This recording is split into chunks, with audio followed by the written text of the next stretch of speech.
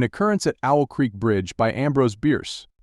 A man stood upon a railroad bridge in northern Alabama, looking down into the swift water 20 feet below. The man's hands were behind his back, the wrists bound with a cord. A rope closely encircled his neck. It was attached to a stout cross timber above his head, and the slack fell to the level of his knees.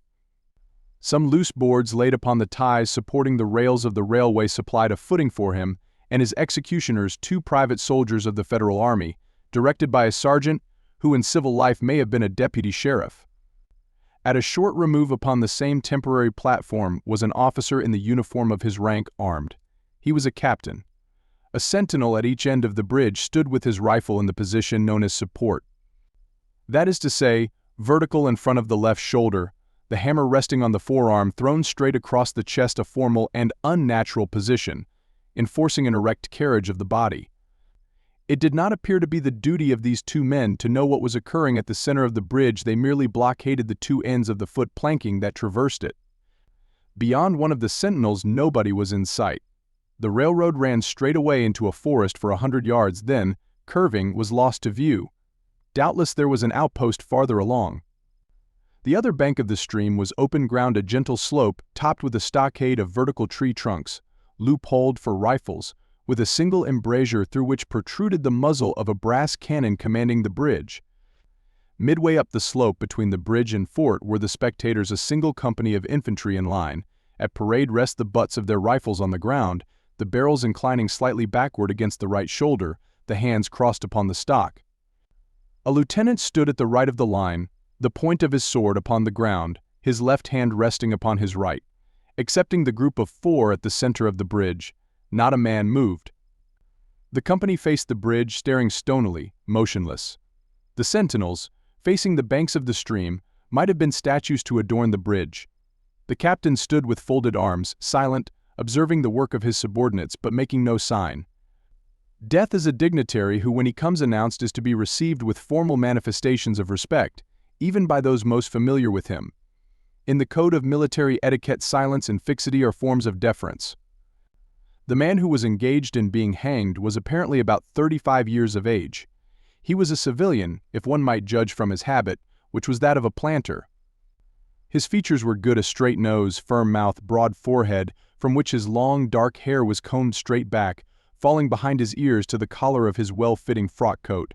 He wore a mustache and pointed beard, but no whiskers. His eyes were large and dark gray, and had a kindly expression which one would hardly have expected in one whose neck was in the hemp. Evidently this was no vulgar assassin. The liberal military code makes provision for hanging many kinds of persons, and gentlemen are not excluded.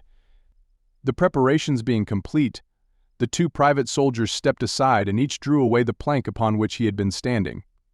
The sergeant turned to the captain, saluted, and placed himself immediately behind that officer, who in turn moved apart 1 pace. These movements left the condemned man and the sergeant standing on the 2 ends of the same plank, which spanned 3 of the cross ties of the bridge.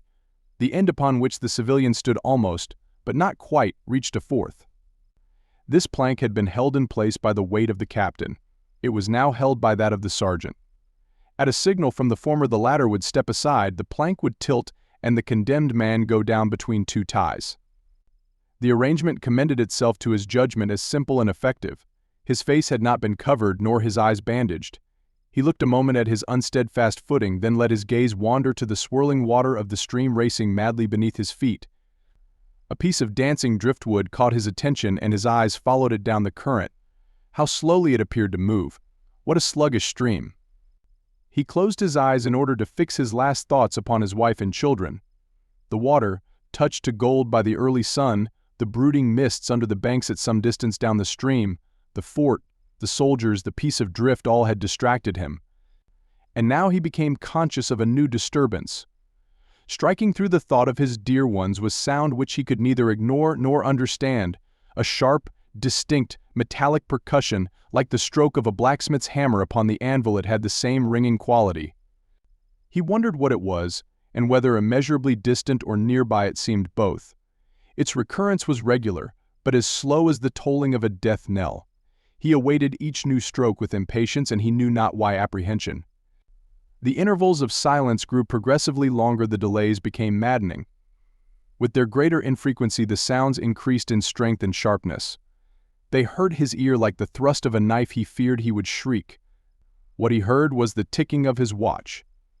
He unclosed his eyes and saw again the water below him. If I could free my hands. He thought, I might throw off the noose and spring into the stream. By diving I could evade the bullets and, swimming vigorously, reach the bank, take to the woods and get away home. My home, thank God, is as yet outside their lines. My wife and little ones are still beyond the invaders' farthest advance. As these thoughts, which have here to be set down in words, were flashed into the doomed man's brain rather than evolved from it, the captain nodded to the sergeant. The sergeant stepped aside. Peyton Farquhar was a well-to-do planter of an old and highly respected Alabama family. Being a slave owner and, like other slave owners, a politician, he was naturally an original secessionist and ardently devoted to the Southern cause. Circumstances of an imperious nature, which it is unnecessary to relate here, had prevented him from taking service with that gallant army which had fought the disastrous campaigns ending with the fall of Corinth, and he chafed under the inglorious restraint, longing for the release of his energies, the larger life of the soldier, the opportunity for distinction. That opportunity, he felt, would come, as it comes to all in wartime. Meanwhile he did what he could. No service was too humble for him to perform in the aid of the South, no adventure too perilous for him to undertake if consistent with the character of a civilian who was at heart a soldier, and who in good faith and without too much qualification assented to at least a part of the frankly villainous dictum that all is fair in love and war. One evening, while Farquhar and his wife were sitting on a rustic bench near the entrance to his grounds, a gray-clad soldier rode up to the gate and asked for a drink of water. Mrs. Farquhar was only too happy to serve him with her own white hands. While she was fetching the water, her husband approached the dusty horseman and inquired eagerly for news from the front. "The Yanks are repairing the railroads," said the man, "and are getting ready for another advance. They have reached the Owl Creek Bridge, put it in order and built a stockade on the north bank. The commandant has issued an order, which is posted everywhere, declaring that any civilian caught interfering with the railroad, its bridges, tunnels, or trains will be summarily hanged." I saw the order. "How far is it to the Owl Creek Bridge?" Farquhar asked. "About 30 miles. "Is there no force on this side of the creek?" "Only a picket post half a mile out, on the railroad, and a single sentinel at this end of the bridge."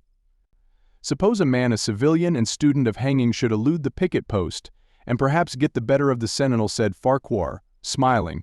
"What could he accomplish?" The soldier reflected. "I was there a month ago," he replied. "I observed that the flood of last winter had lodged a great quantity of driftwood against the wooden pier at this end of the bridge. It is now dry and would burn like tinder."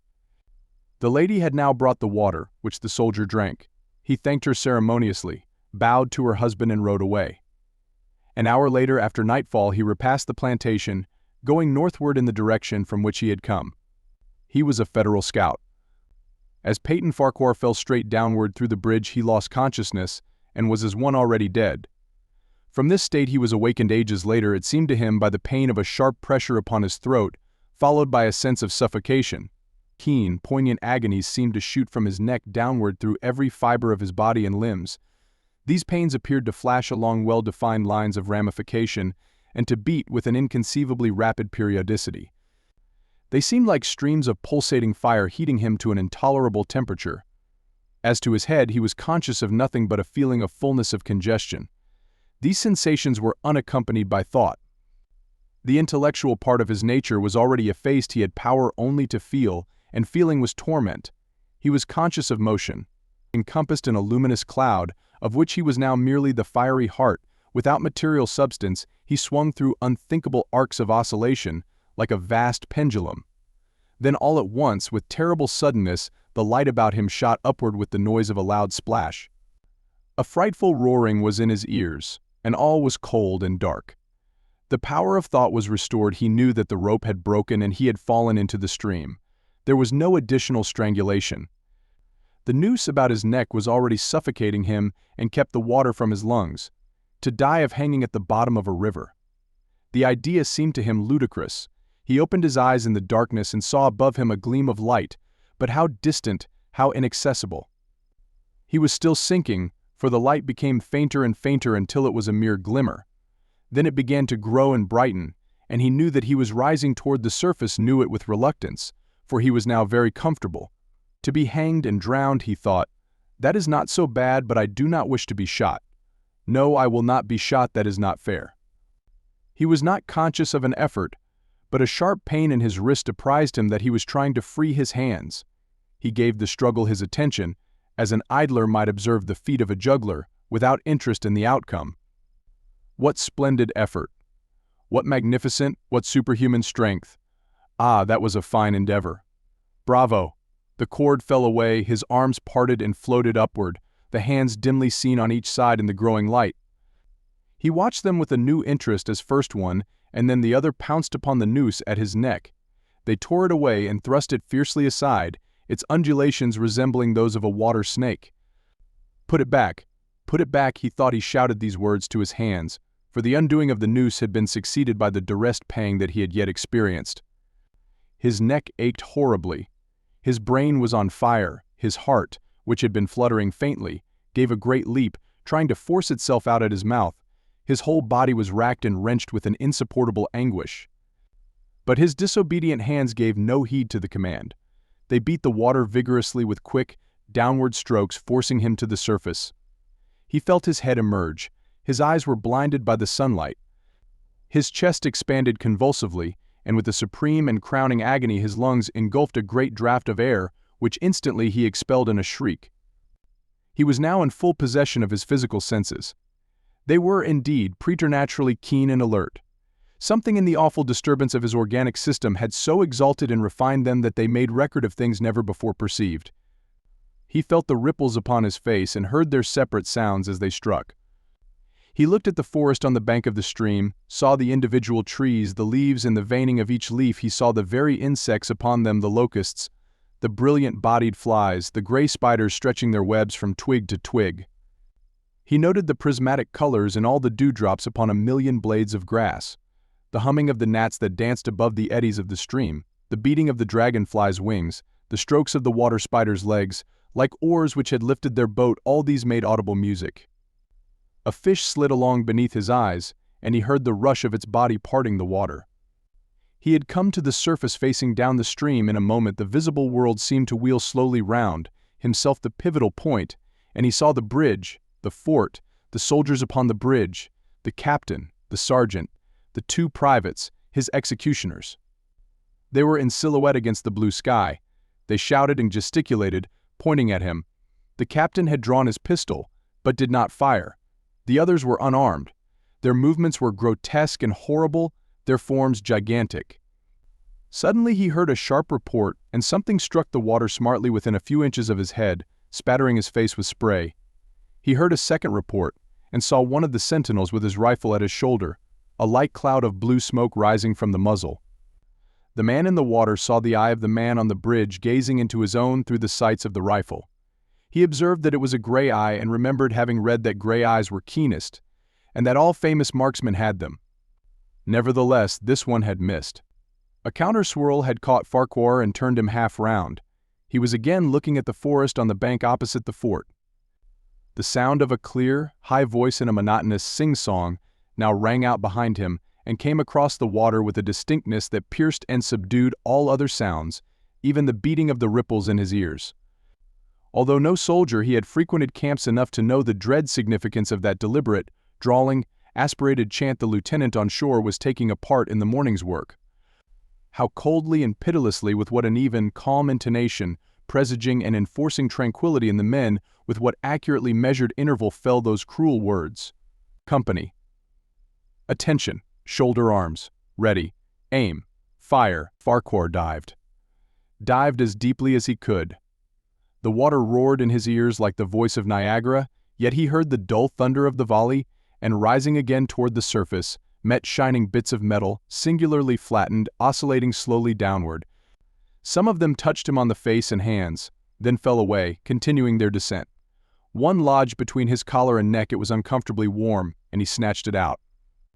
As he rose to the surface, gasping for breath, he saw that he had been a long time under water.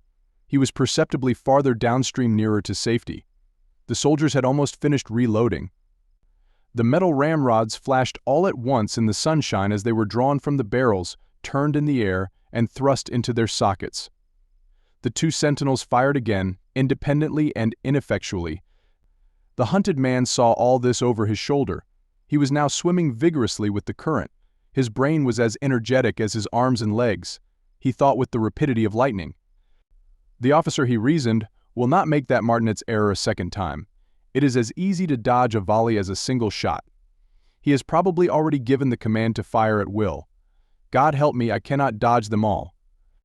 An appalling splash within 2 yards of him was followed by a loud rushing sound, diminuendo, which seemed to travel back through the air to the fort and died in an explosion which stirred the very river to its deeps. A rising sheet of water curved over him, fell down upon him, blinded him, strangled him. The cannon had taken a hand in the game. As he shook his head free from the commotion of the smitten water, he heard the deflected shot humming through the air ahead, and in an instant it was cracking and smashing the branches in the forest beyond. They will not do that again, he thought. The next time they will use a charge of grape. I must keep my eye upon the gun. The smoke will apprise me the report arrives too late. It lags behind the missile.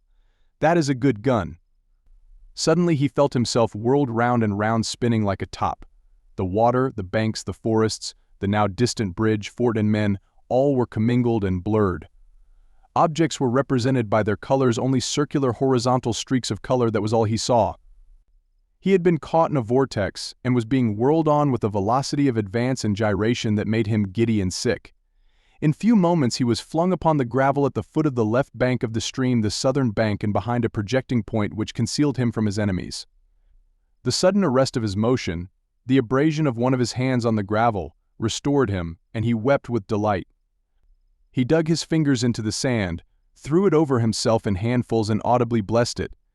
It looked like diamonds, rubies, emeralds. He could think of nothing beautiful which it did not resemble. The trees upon the bank were giant garden plants. He noted a definite order in their arrangement, inhaled the fragrance of their blooms. A strange roseate light shone through the spaces among their trunks, and the wind made in their branches the music of aeolian harps. He had not wished to perfect his escape. He was content to remain in that enchanting spot until retaken. A whiz and a rattle of grape shot among the branches high above his head roused him from his dream. The baffled cannoneer had fired him a random farewell.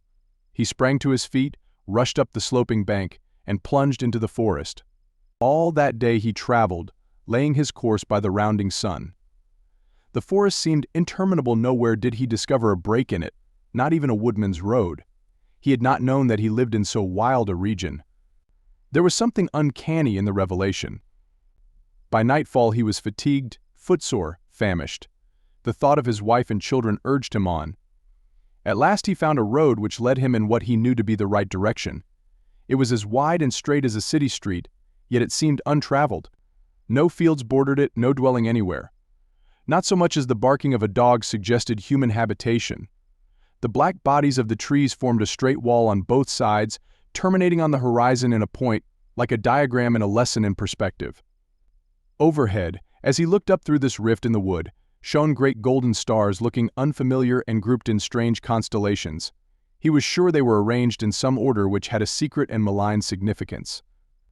The wood on either side was full of singular noises, among which once, twice, and again he distinctly heard whispers in an unknown tongue.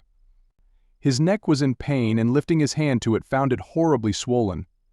He knew that it had a circle of black where the rope had bruised it. His eyes felt congested. He could no longer close them. His tongue was swollen with thirst. He relieved its fever by thrusting it forward from between his teeth into the cold air. How softly the turf had carpeted the untraveled avenue! He could no longer feel the roadway beneath his feet. Doubtless, despite his suffering, he had fallen asleep while walking. For now he sees another scene. Perhaps he has merely recovered from a delirium. He stands at the gate of his own home. All is as he left it, and all bright and beautiful in the morning sunshine. He must have traveled the entire night. As he pushes open the gate and passes up the wide white walk, he sees a flutter of female garments. His wife, looking fresh and cool and sweet, steps down from the veranda to meet him. At the bottom of the steps she stands waiting, with a smile of ineffable joy, an attitude of matchless grace and dignity.